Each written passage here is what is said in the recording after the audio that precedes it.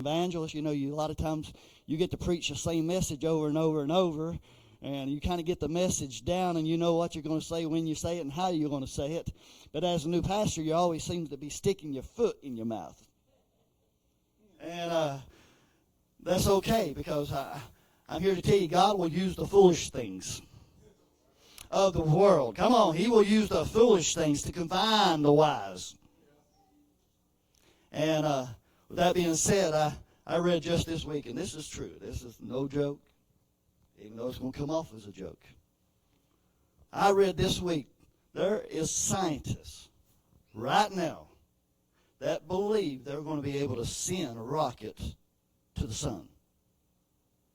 And when the scientific community came against these scientists and said to them, now this is true, go look it up. They said, no, we're not going to send the sun at any certain time, or send the rocket to the sun at any certain time. We're going to wait till it's nighttime, and then we're going to send the rocket.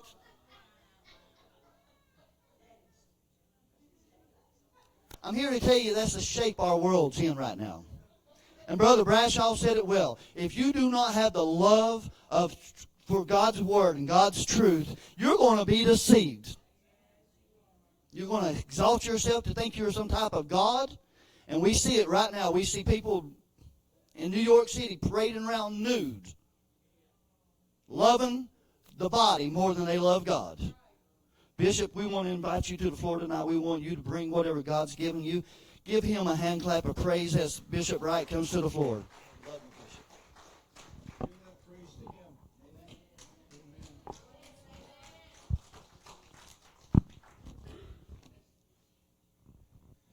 I hope you have been enjoying the journey that we have been on. Amen. A glorious journey through the country where Christ was born and was raised, and where he did his ministry, and finally where he was crucified and was buried and rose again. I sometimes think I shouldn't say this, but I'm glad for the cross. And when I say that, what I'm saying is I'm glad he was crucified, but I don't want that to be misconstrued. If it was not for that, I would still be the sinner. Well, I'd be dead by now, because that's just the kind of guy I was before God saved me.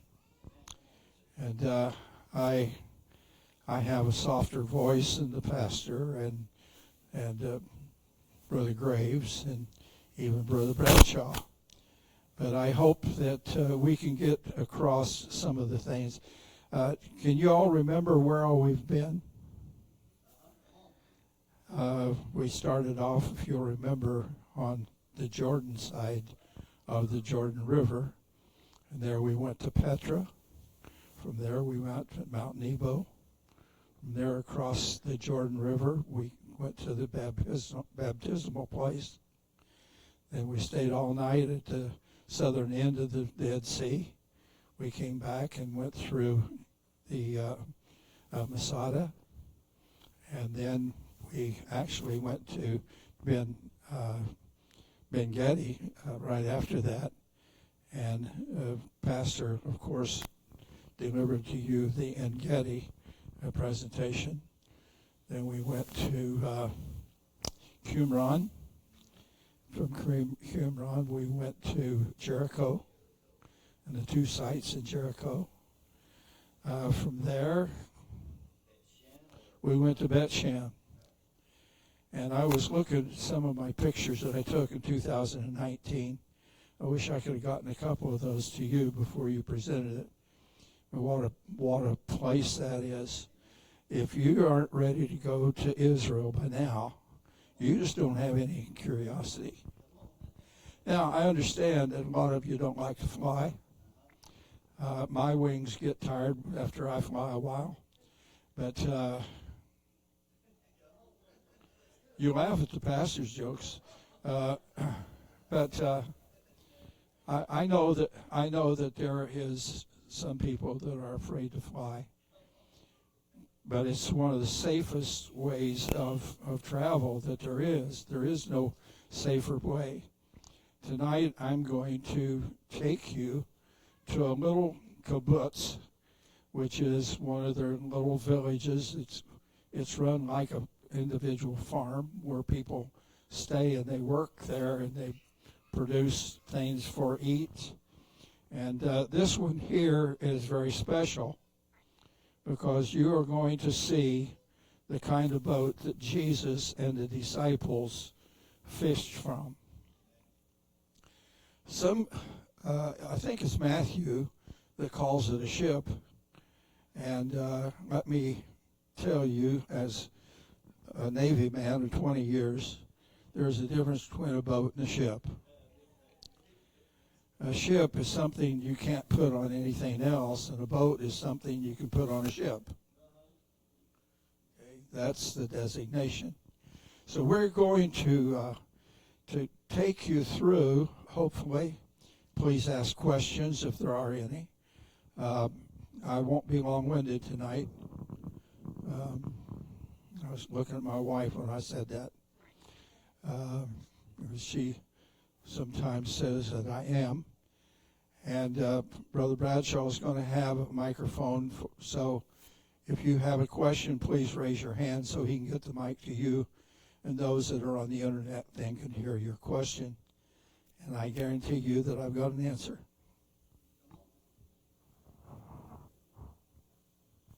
It may be I don't know, but it's an answer. All right, we are going to take you now to what is known as the Jesus boat. If you'll give me the next slide. We stayed in Tiberias. That's a name for you. Would you like to stay in Tiberias? We were there for 2 evenings, and this is looking down at this hotel. Here is the Sea of Galilee. You can see how close we are. All you have to do is go out. And of course, the pastor's out there running around trying to get the sunset and all those kinds of things.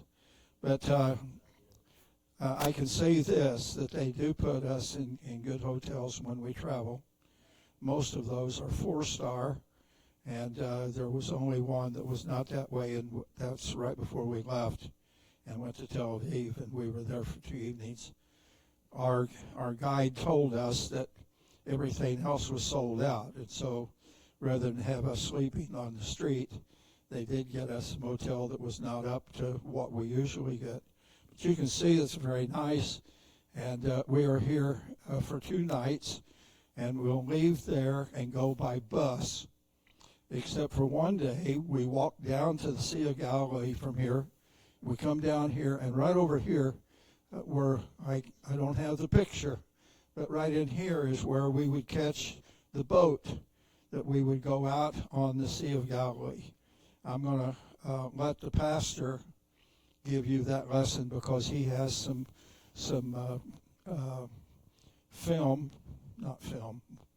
video that he took, and you won't believe when we left, they always raise the American flag and play the national anthem. And then a little bit farther out on the Sea of Galilee, we always start singing. And they started singing this time, and God got a hold of a couple of the people that were on that, and they started rejoicing and carrying on. And the people that run the boat probably does not see that very often, but God moved there in a tremendous way. I hope you got that on film. That will be a little bit later. All right. We're going to leave this hotel. The next slide, please. We are going to go to a kibbutz. And here is a place called Ganar, and that is where the Jesus boat is located. Now, when we say Jesus boat, let me make sure that you understand this is not necessarily a boat that Jesus actually rode in, but it's identical to the type of boat that he would have been in. It's a boat that's about 14 people can fit in there. There are 8. I got some something going on. We 8 oarsmen, and of course Jesus was one of the extras that was laying on a pillow on the fantail, or at the back of the boat. And so we are here, and we're going to go into a building where the boat is housed. Next slide, please. We are right here in Jesuit, and they one day or 1 month they had no rain, and the Sea of Galilee kept going down and down and down, so that parts of the shoreline that had not been seen in years and years now is seen. And there's 2 boys from this kibbutz that lived there that were adventurous. They were always looking for treasure or something that was connected with Bible times. And as they went along, they saw sticking out of the earth just the tip of some wood that was there. And when they examined it, they also saw that there was a pot that where they had either food or something to drink, and some nails that were around, and they went to the authorities to tell them what they had found. When the authorities come, they could not believe it, because this is the only boat, the only one, that has survived Jesus' time. It was completely buried in mud, and for hundreds and hundreds of years it had laid there with the mud over it so that the oxygen couldn't get to it. Now, as soon as the oxygen gets to the wood, it's going to start decaying, because after years and years, that wood becomes like a sponge. You could actually squeeze it like this. And so the authorities came. They identified the boat as being one from that era.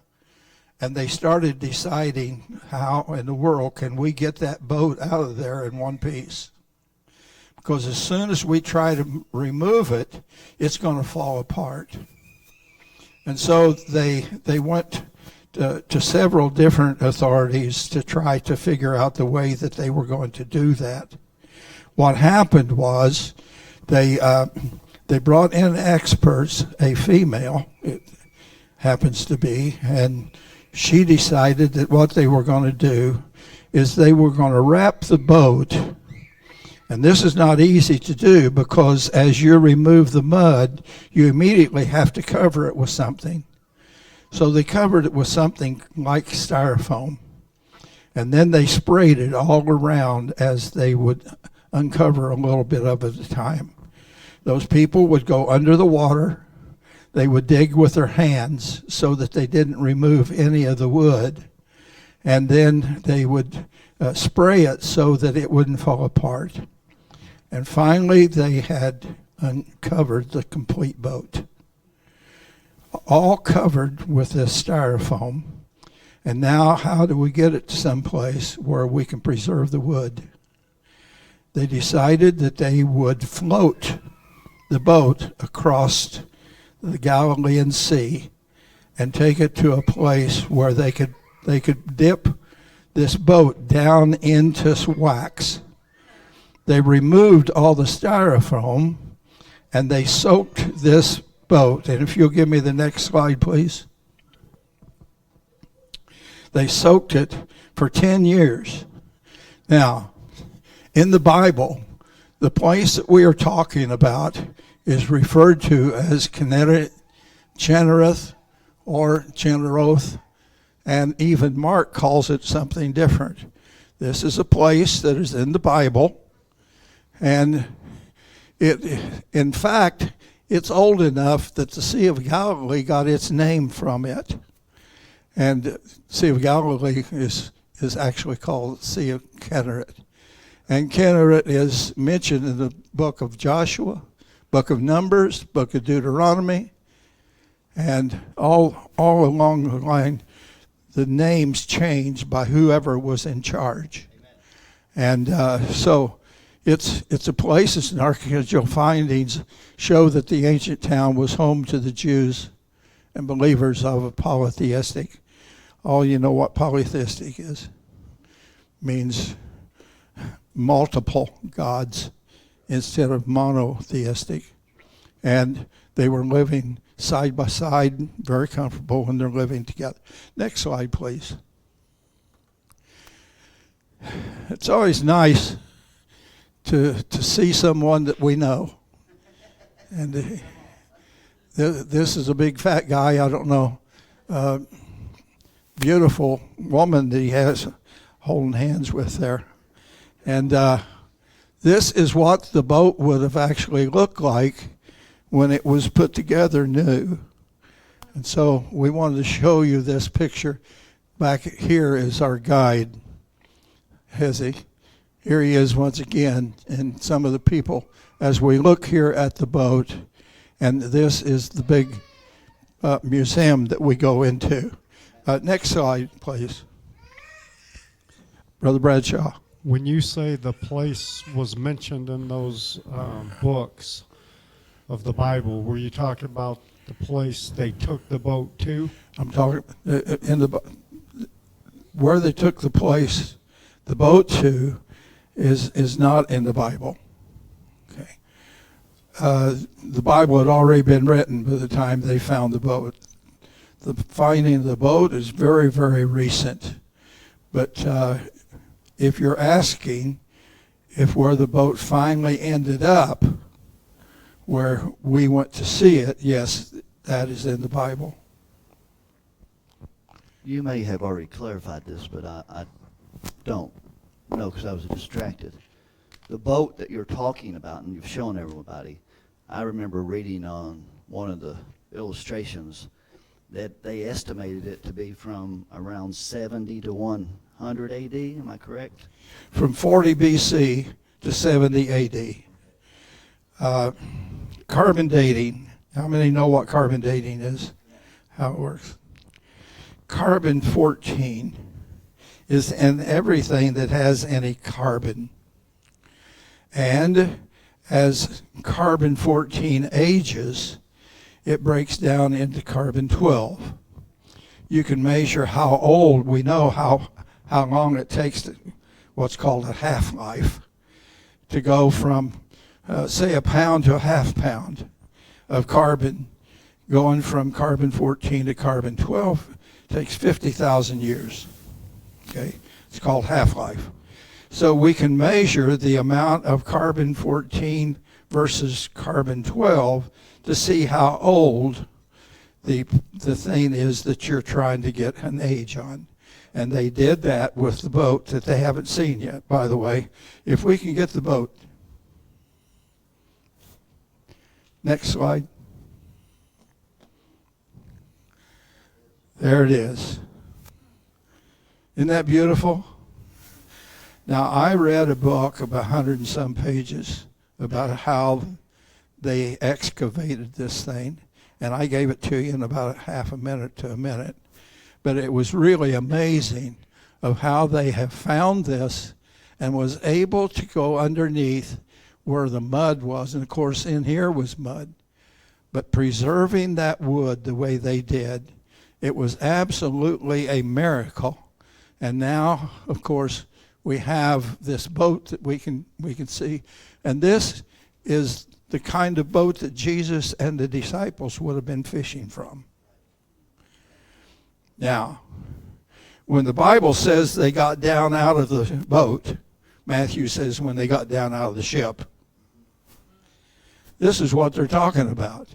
It's not jumping off of the third deck on a liner, okay? All they have to do is put their foot over and jump over, and they're out of the boat. It's 27 feet long, 7.5 feet wide, and as I said, there's room for 8 oarsmen, and if need be, a coxswain, which would be at the back of the boat, steering the boat wherever they wanted to go. It also had a sail, but you can't see the sail here. Here is the pottery that they found. It's there. I mean, it's right there. And some of the nails that they found. As you can see, they are keeping this at a correct temperature and humidity so that it won't disintegrate. And, of course, we all know who this gentleman is up here. Next slide, please. Now, at the size of this boat, I wanted to say this to you, and so I put it down. As I get older, I don't remember as well. Anyone identify with that? Now, at 85, you can just, that's the way it goes. So I have to write a lot of the stuff down that I used to be. I almost had a photographic memory when I was young. I could read something twice and I could repeat it. But I can't do that anymore. I can't even remember where I read it. Now, the size of this boat is no wonder the disciples were afraid. And I included Mark, the 4th chapter, 35 through 38. And I'm going to read it. On that day when evening had come, he said to them, by the way, this is LBW translation. He said to them, let us go over to the other side. And leaving the crowd, they took him with them in the boat, and other boats were with him. And a great windstorm arose, and the waves were breaking into the boat. I can tell you what that's like. I have been in typhoons, and of course, when you are aboard a ship, you don't stay at shore when a typhoon comes. You have to go out to sea. You have to ride it out because the typhoon can take your ship and put it up on the pier. So that won't happen. They always send you out to sea. And I've been there where they would not allow anyone on top decks. You had sandwiches for lunch and dinner and breakfast because they could not do anything in the galleys. It was just impossible to do. Where you tie your shoes to the bunk so that they don't slide and you'll never find them again, or someone else will be wearing your shoes. I know what it's like to go up and hear the screw of the ship go really, really, really hard and then go back down into the water and hear it and over and over again. So I can identify somewhat with these sailors. The only thing is, I wasn't in a boat as small as they were. I was on a destroyer or an AKA. And so those are much larger, like 600 feet long, 30-some feet wide, 27 feet under the water. But these guys were not that way.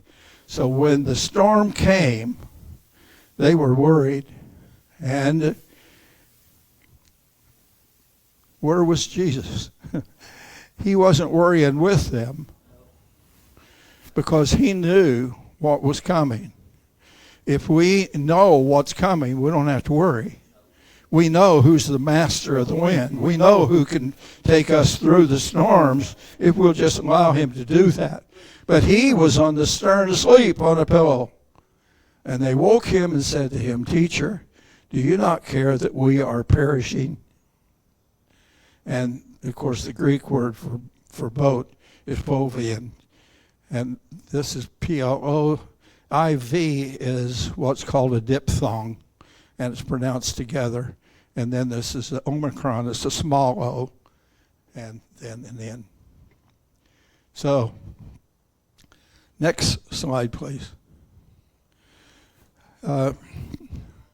We have to get a picture of these two, and this shows that God saved me from a bunch of stuff.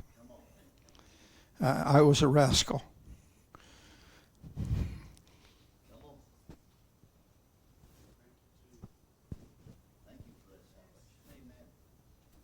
Not worthy to stand here. but he saved me. And she's a big part of me being able to stabilize. And so we're standing in front of this Jesus boat. And I looked forward to this so much. And I kept telling the pastor, we're going to be seeing the Jesus boat. We're going to go and see the Jesus boat.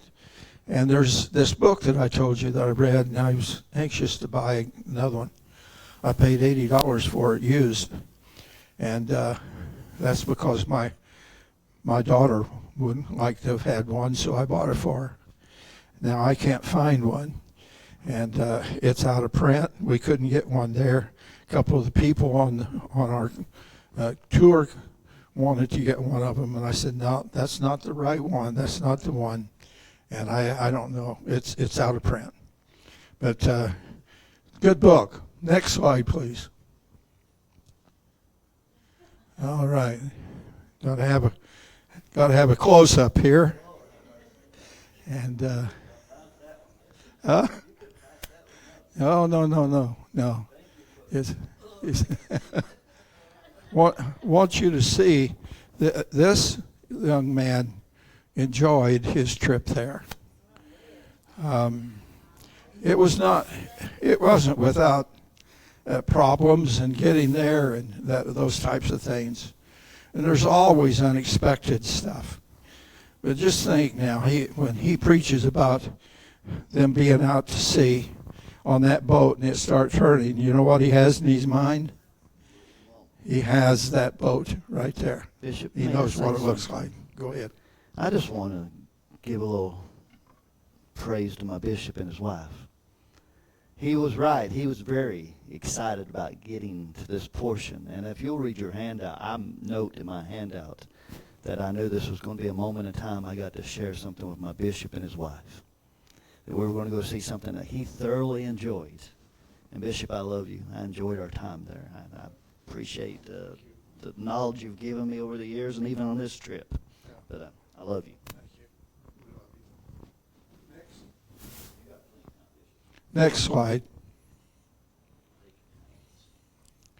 Now, I do mention that the carbon dating determined the boat from 100 BC to 70 AD. This that I have listed here is out of the parameters of most of the people who actually said it was 40 BC to 70 AD. So, but in one place it referred to it as 100, so I just, to cover the bases, we want to give you something that, you know, if you couldn't think of making one of these boats 100 BC, that's quite a task in itself. And this means that this one is the same boats used by the fishermen in Jesus' time. Next slide. Now, I wanted you to see it up close. How many of you would have gotten in that boat and rowed across Sea of Galilee? Now, okay, we have a brave soul there. Daniel says he would, and I believe he would. But they did that every day, except on the Sabbath. They caught no fish on the Sabbath. They wouldn't fish that day. There were some Jews that were caught fishing on the Sabbath, or what they call Sabbat. And they got in trouble for it with the religious leaders. And they said, we have to, in order to make a living, we've got to because of the taxation of Rome. But Rome, of course, was instrumental in doing a lot of things, forcing the Jews to do things that they would not want to do. But they felt cursed if they went fishing on Sunday or Saturday. That was their Saturday, the Sabbat. I wonder if there's any Pentecostals who feel that they shouldn't go fishing or golfing or other things on Sunday. Just throwing it out there. You can answer whatever you think is best. Next slide. Now, as I said, this boat holds about 14 people with 8 oarsmen. And in Matthew, the 8th chapter, started at verse 23. When he got into the boat, his disciples followed him. And behold, there arose a great storm on the sea, so that the boat was swamped by the waves, but he was asleep. And his disciples came to him and woke him, and saying, Lord, save us, we are perishing. This is from Matthew. We read from Luke a while ago. And he said to them, why are you afraid? You have little faith. Then he got up, and he rebuked the winds and the sea. And the men marveled, saying, what sort of man is this, that even the winds and the seas obey him? So do cancers. So do backaches. So do tumors. So do other things. He can say the word and it's done. Does not take any length at all. But I think so often we Pentecostals do it. Every one of religions do it. They limit him. And the only limitation on God is you. In fact, the Bible says that Israel limited God. And certainly we do at times. But if we can put our trust in him, I know that he's going to do what is best for us. Did you hear what I said? I didn't say he's going to do everything we want him to do. And he's not our gopher, even though we treat him as such. And I dare say that when you get down to pray, you probably have this list, what I call a honey-do list. And Lord, this is what I want you to do for me. And actually what we should say, Lord, guide me in my prayer. Let me know what I need to pray for. Prayer is not, and I appreciated the pastor's message when he was saying, or maybe it was Brother Bradshaw, prayer does not change God. God's settled on what he is going to do, but prayer changes you. And when it changes you, things can get done because you're changed. And so we need to remember that. Next slide, please. From there, we go to what was called the Mount of Beatitudes. In other words, where the Lord is going to give the Sermon on the Mount. I was very disappointed this time because I had been telling the pastor what a great time it's going to be when we get there, and was telling him some of the things that we had experienced in 2019. When the bus pulled into a place, our guide said we can no longer go up on the mount. The ground there is owned by the Catholics, and the nuns have decided not to let anyone go up there anymore. And so the pastor took some very good pictures of where we were, and I had pictures from where I was there in 2019 when we were allowed to go on the mount. So we're going to see both of them.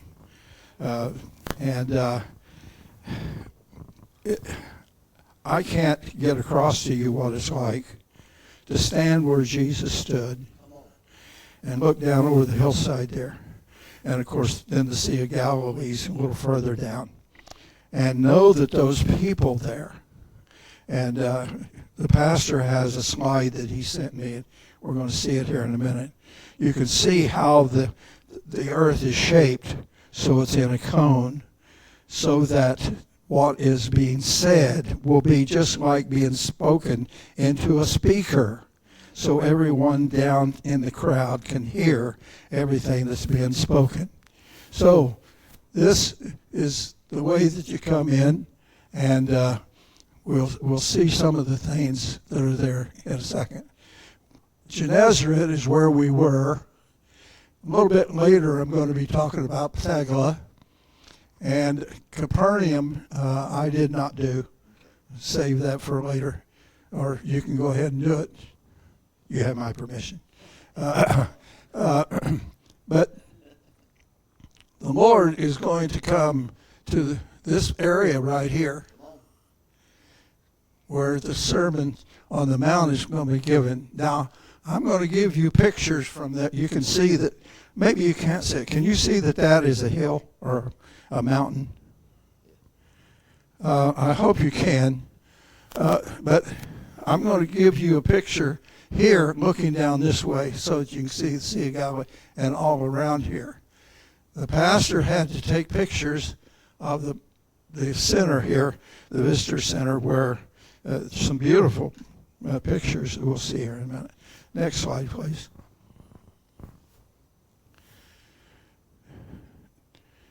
Does that take your breath? Well, having been there, it takes mine. Tremendous, beautiful, and looking out onto the Sea of Galilee right here, or in this picture here, the Sea of Galilee. And the lushness of the territory there is different than it is in a lot of the desert places. Go ahead, Brian.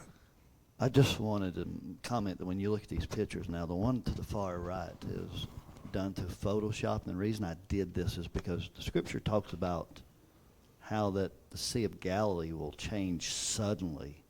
And you could see in a couple pictures, and you'll see them when I do my presentation, one moment it looks beautiful, and then off to a distance, I'm talking less than a couple of miles, you can see storm clouds and what appears to be rain on the Sea of Galilee, but where we are, it's perfectly fine. But I caught this picture, and you could see how the clouds were coming in off the Sea of Galilee. So you can tell by the resin on the grass and stuff that it doesn't look as natural. But I highlighted and ascended it because I wanted you to see how quickly it changed in just moments that we were there. What he's talking about is you can see the difference here from here. Yeah. Now, you see these stones. I'm going to be giving you pictures that are up away from these stones, and you'll be able to see similar stones from where we were there. Next slide, please. Greenness of the hillsides. Here we are going up to the visitor center and walking along the way. We're going right here to this visitor center that you can see here in the background. And again, this old man walking with a young lady and someone taking a selfie here. Once again, the Sea of Galilee. All of our pictures, or almost all of our pictures, until we get away from the Galilean scene, will include the Sea of Galilee. Next slide, please. Now, as I was saying, notice the curvature here, and remember that we're going to be up here, right in this area here, looking down on this, and this is the visitor center itself. It was built by the Byzantines. It seems that there is a competition between different church groups to buy these territories. And then once they have them purchased, they put their synagogue or their place of worship on top of it. That goes all the way back to 300 A.D. when Constantine's mother traveled throughout the Holy Land, and she built, don't hold me to this, but I think it was 7 different cathedrals there when she was traveling. Polly, do you know? I thought maybe you might know. Okay. But it's customary, I guess, for them to do this. And every place we go, there is a chapel or some kind of building that's been built over that site. Sometimes 4 different levels where they have built on top. That has been destroyed. Later on, someone come and built, anticipating Capernaum, which is the place where Jesus made his ministry. You all knew that, right? You know, he moved, and Capernaum was a place where most of his miracles were just around that place. I have pictures of Peter's house, and they have built a building over that, and so that they did not have to excavate some of the relics and the things that are there. They just took maybe a 10 by 10 hole and excavated it down to Peter's house. And then they built a ramp all the way around that so that you can look down into it and see Peter's house where Jesus performed a couple of the miracles. And of course in Capernaum he performed several different miracles there. Anyone have any questions? Okay, next slide, please. I told you you would see rocks again. This is the top of the place where Jesus delivered the Beatitudes in Matthew, the 5th chapter through the 7th chapter.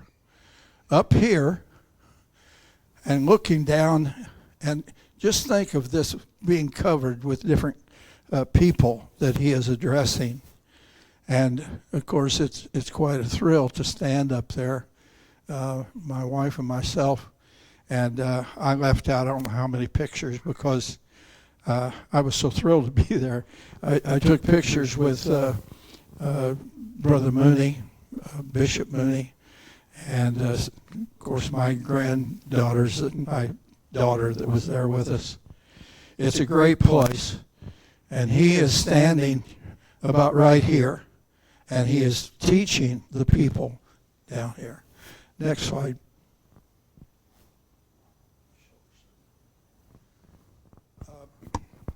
This is the Visitor Center.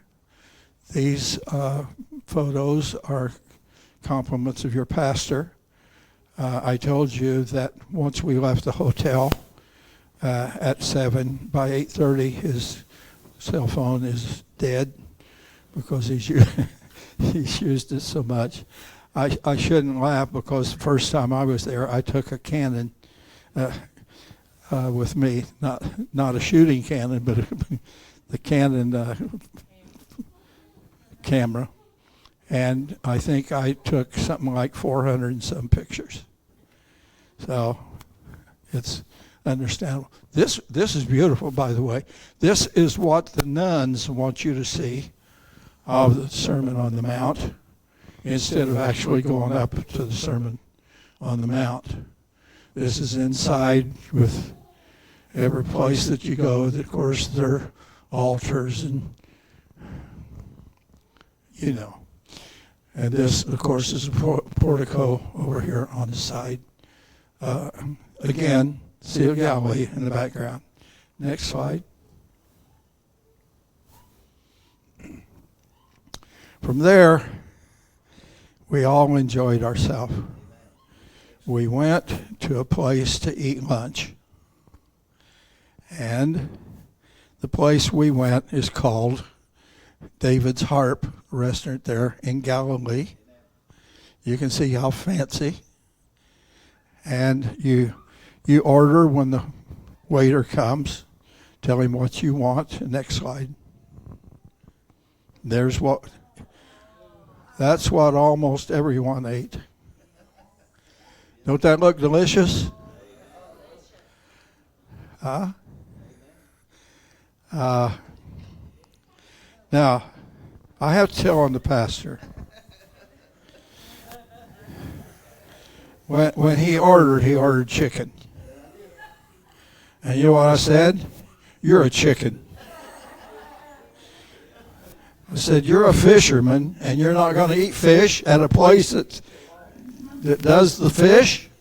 He said, oh, brother, I'm not sure that I'm up to this.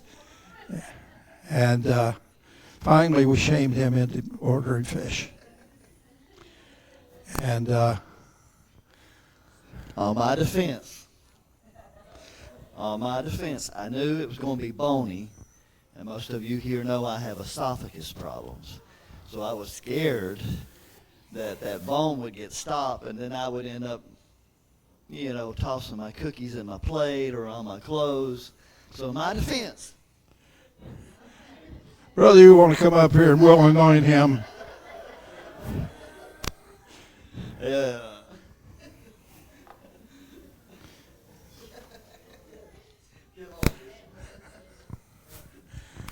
This is called St. Peter's fish.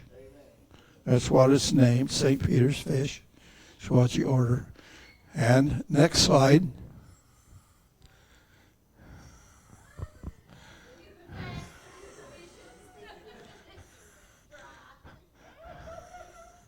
So you can see from this, he got to this. And my wife is just kind of picking, But the last time we were there in 2019, she has esophagus problems too, and hers closed up on her, and I had to eat hers and mine too. Delicious fish, actually. It's very good. Brother Bradshaw. Any coins in the mouths of those fish? I never looked, but I doubt it. Of course, he has reference to the time that they went to fish so that they could have something to pay their taxes. Okay, next slide. Sister Pedigo. Some others that are here. This is Sister Pedigo's daughter, Macy. And this is Brother Napoleon's wife. These are just some of the others, and you can see that they've done a number on that fish. But everyone enjoyed being there. And Brother and Sister Weiser. Sister Weiser, Brother Weiser there. And these people are from Texas. I can't remember their name. They're from Texas. Very, very kind. And I got an allergy while I was there. I never have allergies. Got an allergy while I was there, and she brought me some allergy pills to clear it up. Yeah. Why is it called St. Peter's fish? It's a knockoff of St. Peter that was around there, and of course being a fisherman, so they call the fish St. Peter's fish.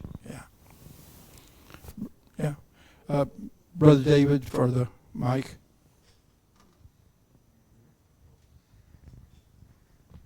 What's the price of the fish on Play-Doh? Pardon? The price of the fish? The price of the fish, do you remember? I don't remember what it is. Breakfast and dinner are covered by the trip. All the lunches are on you. And I don't remember what it was, probably $35. Yeah, for the most, Brother David, the most expensive meal that I ate there was a hamburger and French fries. I got that, and my wife got hamburger and French fries, and it was $40-some. So, But also you've got to understand with Israel, they are not really a meat-eating country. If they do, they eat a lot of lamb and some goat. So beef is kind of a... it's rare. Yeah. Right. Yeah. It's rare that you get beef there. But they are serious vegetarians and cheese people. Yeah. Now, we did go to another place. I don't know whether you'll cover it. But there was about 8 courses in a meal. And the last thing that they brought out was lamb. And it was absolutely delicious. But by that time, you was full. Yeah, Sister Friday. I know a lot of countries it's insulting if you don't eat the food or don't eat all of it. What was... Yeah, you're absolutely right. You eat what's presented to you. Bible says, ask no questions for conscience sake. And here, it would be different. It was in some places house. If you're in someone's home, then it's an insult for you not to eat. When I was in Pakistan, was it Pakistan? I think I was in Karachi, Pakistan. But I was in a church after we had preached, and we went to the pastor's office, which was about the same size as our pastor's office here, which I always called they thought, we don't have a pastor's office, we'll make this one. But there were about 50 people in there. Now, you can imagine 50 people. But they had prepared for us bananas and sliced oranges, and you just don't eat it because you don't know what they sliced the bananas with. And the same way with the oranges and things. I forgot that when I went to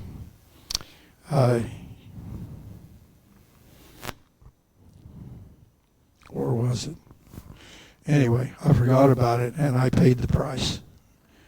It's what they call the Murray Hurries. But you have to make sure that you don't eat a lot of the stuff. You don't drink anything unless you open the bottle yourself. It has to be sealed. If they bring it to your table and they crack the lid, you reject it and send it back, because usually things that would not bother them will absolutely tear you up. And you don't dare eat off of the places on the street. You see those little kids, man, they're eating almost anything. And it'd kill you because your body's not used to it.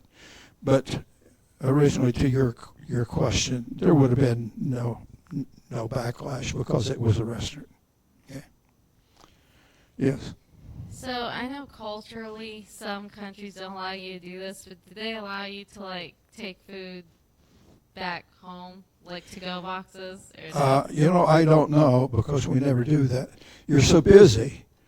You're getting back on a bus. There's no way you're going to take it home and keep it so that it's cool. So, and dinner's going to be served, and it's as always a cafeteria style. You can go get anything that you want. So the only thing that we did take would be a banana or an apple or something like that. Yeah. Okay, next slide, please. Now, from here we move on to Magdala, and it's only about 3 miles from where we would stay all night. And I wanted to show you some of the things that the Bible says about this place. It is a town, and they believe that Mary Magdalene lived there, or at least was born there. You all know about Mary Magdalene, the one that the Lord cast 7 devils out of. And, of course, she, by the way, is the first one to see the resurrected Christ. Now, think of that, man. A woman was the first one to see. Now, Jesus departed there and came beside the Sea of Galilee and went up to a mountain, sat down there. Then large crowds came to him, bringing him the blind, the lame, the mute, the crippled, and many others, laid them down at Jesus' feet, and he healed them, so that the crowd wondered when they saw the mute speaking, the crippled healthy, the lame walking, the blind seeing, and they glorified the God of Israel. Then Jesus called his disciples to him and said, I have compassion on the crowd because for 3 days they've been with me, and I have nothing to eat. I am unwilling to send them away hungry, lest they faint on the way. This was before St. Peter's restaurant was opened. And, of course, you all know of how the Lord took 5 biscuits and 2 sardines and divided them. I say biscuits. You're not going to send a kid out with 5 loaves of bread underneath his arm. and 2 fish. And they were probably small fish. But when the Lord said, I have compassion on them, and he says, so feed them. And they said, yeah, we have 200 denarii. How are we going to feed this great multitude? Do you all remember what a denarii is? It's the amount of 1 day's wage. I all showed you what that denarii looked like. You all remember? Because I brought one back. Paid $400 for that thing. Well, anyway, the Lord said, okay, let me do what I do best. And he took those 5 biscuits and 2 sardines, and he prayed over it, and he divided it and gave to the disciples. Now, this is controversial, but what I believe happened is the Lord divided enough that each of his disciples would have some that they could then divide and give to the people. I mean, we have 5,000 people here. We've got to set them off in groups of 50 and 100, the Bible says. And so how in the world can the Lord stand up there and divide that for all of those? I believe what he did, he took it, he blessed it, he tore it apart and gave to the disciples so that they could in turn divide, and the Lord passes on his goods to us. Greater things than these shall you do. And so we shouldn't count it as something strange that these disciples could take that and he could feed those 5,000. And of course, the Lord believes that we ought to be tenders of the earth. And so he demanded that they take all the leftovers and not leave them there, but put them together in a basket. So there, ecologists did that so you'd be happy. Now, after the crowds have been dismissed, Jesus crosses the lake by a boat. Remember the boat? And presumably with the disciples as the other boat trips. And I give you Matthew 14:13. Their destination was Magdala. And there's a parallel to that in Mark 8:10. And understandably been altered in the manuscript tradition, favored the alternative reading, being Magdala, known in the New Testament as the home of Mary, town on the west side of the lake north of Tiberias, not far from Gennesaret. And I think one of the things that the pastor might have been surprised at is how close everything is there. It's amazing. They take a day's journey. They didn't hop in a car and go 300 miles. They went approximately 20 miles, and that was considered a day's journey. And that wasn't by car. Everywhere they went, they had to walk or have a beast of burden that they would ride upon. So next slide, please. I'm about out of time. Mary Magdalene was from this town. Luke 8:2 says some women who had been healed of evil spirits and infirmities. Mary called Magdalene, from whom 7 demons had gone out. Mark 16:9, now when Jesus rose early on the first day of the week, he appeared the first to Mary Magdalene, from whom he had cast 7 demons. John 21, now on the first day of the week, Mary Magdalene came early to the tomb while it was still dark and saw the stone away from the tomb. So some have suggested that this Mary was the anonymous woman that anointed the Lord's feet in the house of Simon the Pharisee. Y'all remember that? And everyone had such a stink, we could have taken this and we could have sold it for so much. Simon the Pharisee, since she was described there as being a sinner, in any case, the thought is clearly that Mary, to whom much had been forgiven, loved much. I guess that's why I love him so.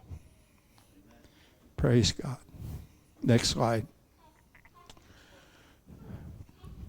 Now, discovered in the center of this town in the first century is this stone. And if you look close, I hope you in the back can see this. If not, move up next time. Can you see this menorah? Everyone see that? This would be a capstone that would be setting on top of a column, okay, supporting the whatever the building would be. But this was found, and first century AD synagogue at the site of Magdala. The Magdala stone bears one of the earliest images of this 7-branch menorah. I borrowed this from another source. That was not my original. Next slide. I'll hurry through this. This is inside the sanctuary that they discovered there. And we're going to see 3 or 4 different pictures of this. This synagogue, and they think that maybe there were 2 of them there, which was very unusual to have 2 synagogues in the same town, especially the size of Magdala. But you can see the way that the earthquakes and things did not treat this very well. Next slide, please. This is the floor that's there. You can see it's been damaged by columns falling on it, and everywhere I could get mosaics, I was commanded by my wife that I should do so. So I took the pictures of the floor of the synagogue that was located there, and I got to hurry. Next slide. This is another one of the popular things. And again, you can see the damage was done when the columns fell on top of this. Next slide. These are rooms, whether they were rooms for people to live in or whether it is the place where the fish were salted, because this was a center of salting of fish. That's what the occupation was there. We don't know whether these are houses, the different rooms, or whether this is the place where they actually worked in the salting of the fish. Next slide. Here is a canal. They know that this canal was built so that they could run the water off the salted fish and run them through this canal. And I've so marked it. Next slide. And as with all places, they have their ritual bathing. And what they do here in Magdala, instead of like they do in other places, they didn't put a floor in of concrete or something of that magnitude. They let the water run through the rocks because they said it's more pure if it does that. And so you can see here that they were letting the water bubble out and run through these rocks for their ritual bathing. I think that's the last one. 1 more? 2 more? 3 more? Yeah, that's what I thought. Now, Tabla, it's known as the 7 Springs, and this is where Jesus supposedly divided the loaves and the fishes. And if you look close, you can see here there is a whatever, and there's birds of all types, and lotus flowers are in here also. Here is the altar inside, and you can see the mosaic here. I have another picture of it again. And here's the 2 fish right inside, or right beside the altar. Next slide.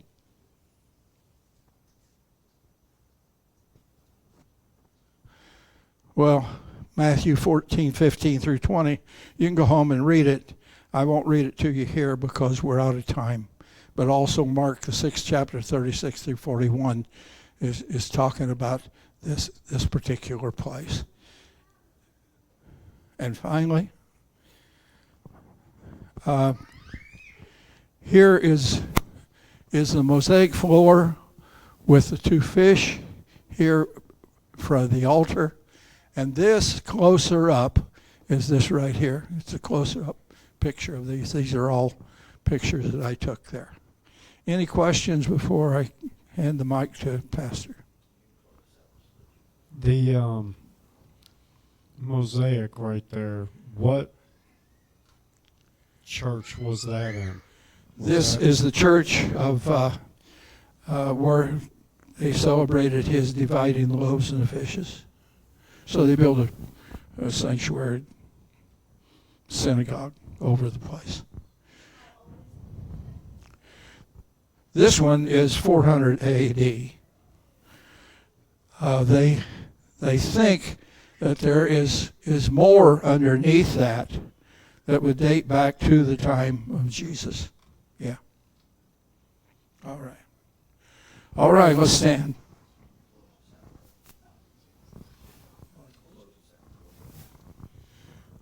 I hope that we have piqued your interest in going to the Holy Land. It is a wonderful place. And I've been there twice. I wouldn't mind going back. The only problem is my wife said absolutely not. But she meant her, not me. Okay. So, all right. We want to thank the Lord that He's allowed us to tour and to see the places where He walked.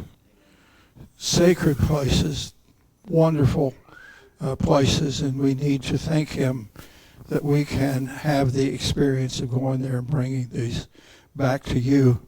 You need to thank Him because of what He's done in your life. Let's do that right now, shall we? Thank you, Lord, for your blessings, your mercies, for the privilege you have had, traveling where you traveled, walk where you walked, doing the things that we have seen. Lord, I pray that we can